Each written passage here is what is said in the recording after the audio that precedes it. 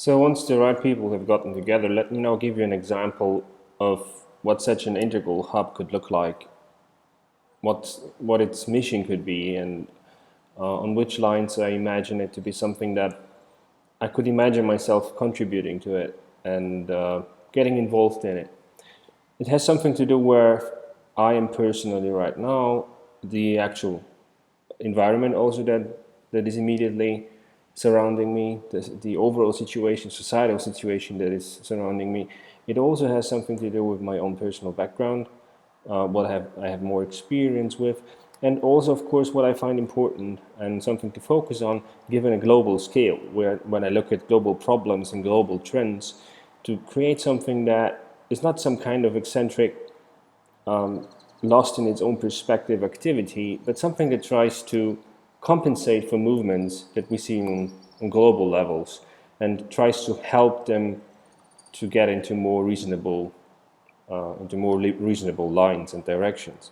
So what I could imagine is an integral hub based on the idea of orientational knowledge that I already sketched out. It's very obvious because this is my background with the humanities. It's something that the humanities have been good at in the past, and it's also something that fits really well into societal needs surrounding us right now. I think it's not a coincidence that thinkers like Peterson or Sam Harris, who I've been constantly quoting now in these past videos, have had such a huge impact on others with their podcasts.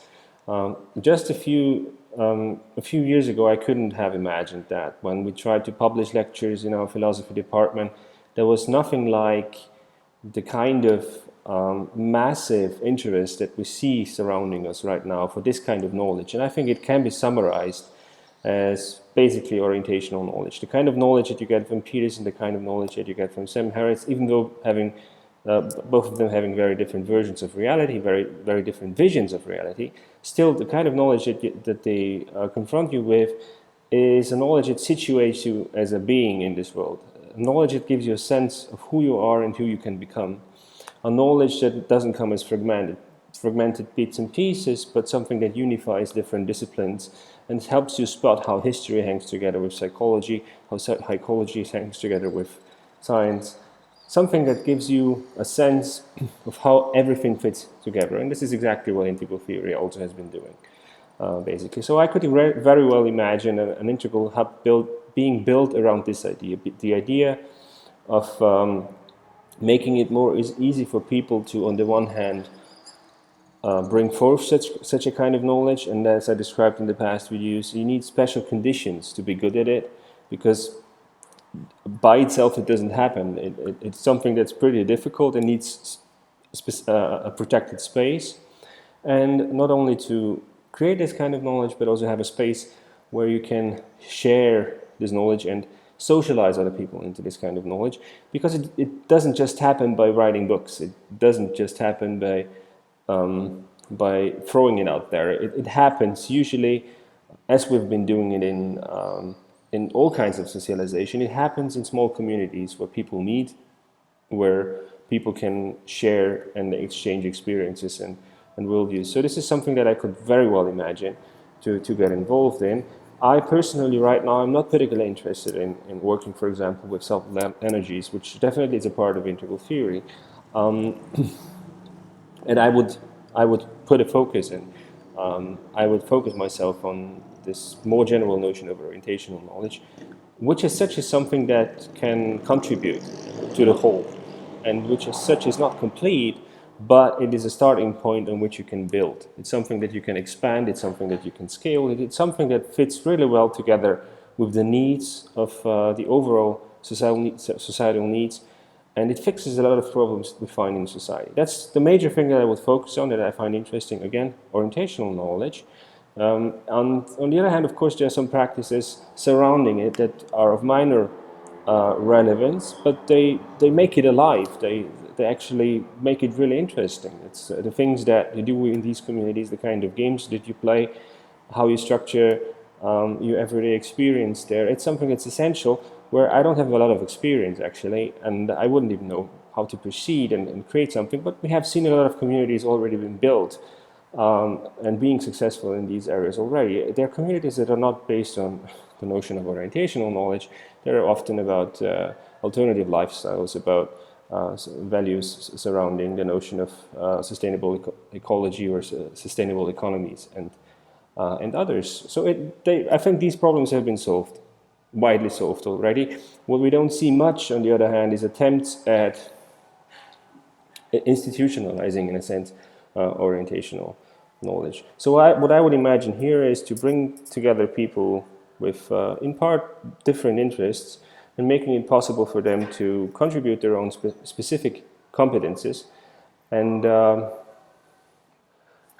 not be swallowed up by some kind of group activity or we space, if you want, but being able to come as individuals, to also have a space where they remain individuals and have their own individual needs met, but at the same time having a we space where they can contribute to the bigger picture.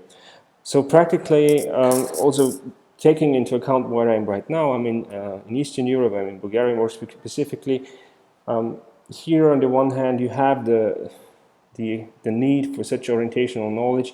The educational system is not particularly successful, and even the very tradition of orientational knowledge, I'm not sure it exists. I'm not acquainted enough with the with the Bulgarian educational tradition itself. But what seems not to exist out there is actual institutions that would teach you this kind of orientational knowledge. Some Western countries have been much more successful at this. In Bulgaria, I don't think I see anything resembling that, an institution that is about orientational knowledge, which helps you, if you want to, which helps upward migration, if you want, which helps you be introduced into worldviews and values that you can't really learn by just reading a book, that you can't really learn unless you have the right kind of environment to teach you. So in Bulgaria specifically, this is something that obviously would have a societal benefit. And on the other hand, you have the special conditions that the countryside offers quite a lot of very, very cheap and easily available land. Most villages have been basically left empty with only a few people remaining, and for the price of 2 expensive bicycles, you could get a piece of land here, which you could then use to create some kind of basic community. Another aspect which makes sense considering the environment here is to, for example, orient the business model around something like creating tiny homes, or something that has to do with manual work, something that has to do with woodworking, for example. It's an area where you could be competitive and you could produce something that could be competitive on the European market. That's something I personally would be interested in.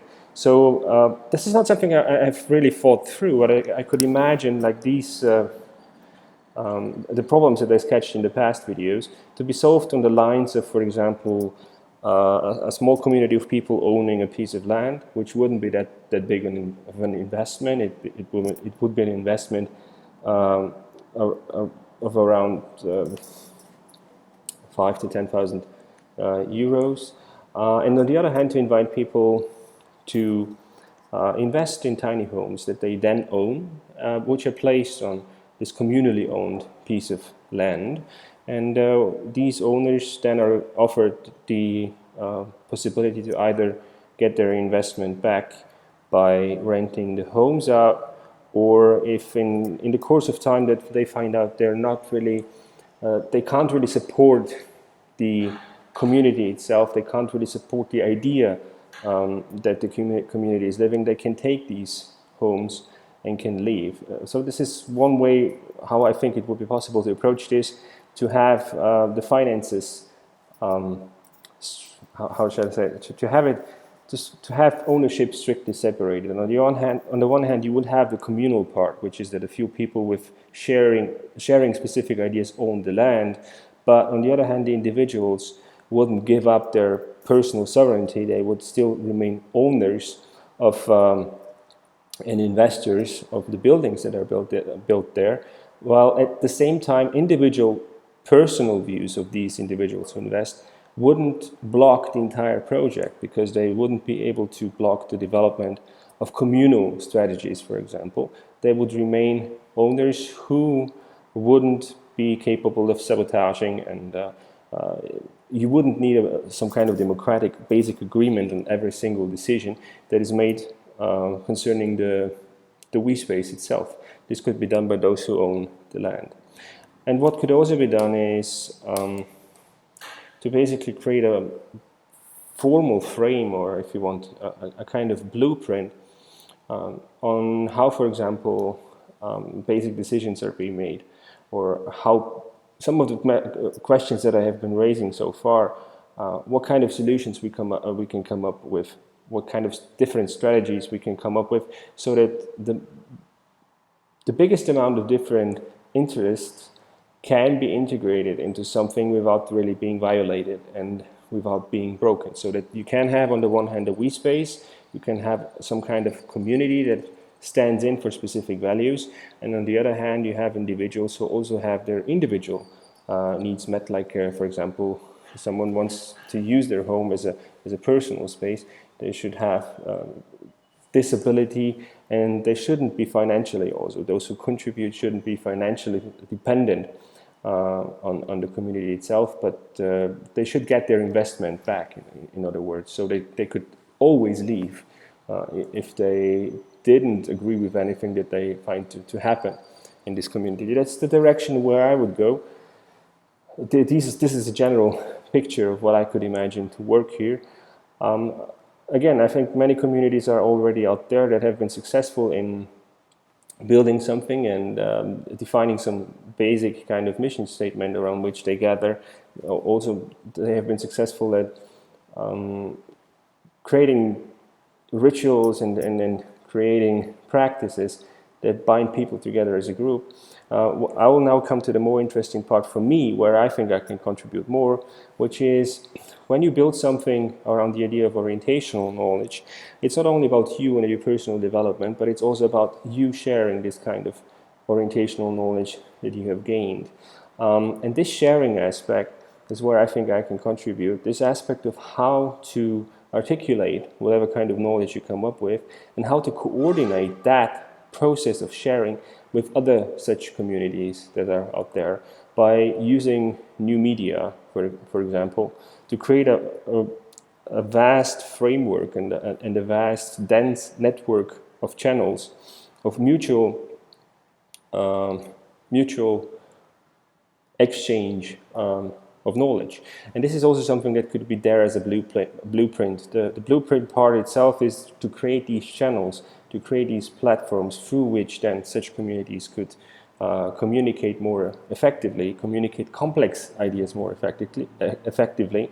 Because as I already laid out, I don't think we can use the channels that are already out there. Just recently Jordan Hall said that the kind of ideas of the future that we'll be discussing won't be using the kind of media that we're using today. They're just too complex.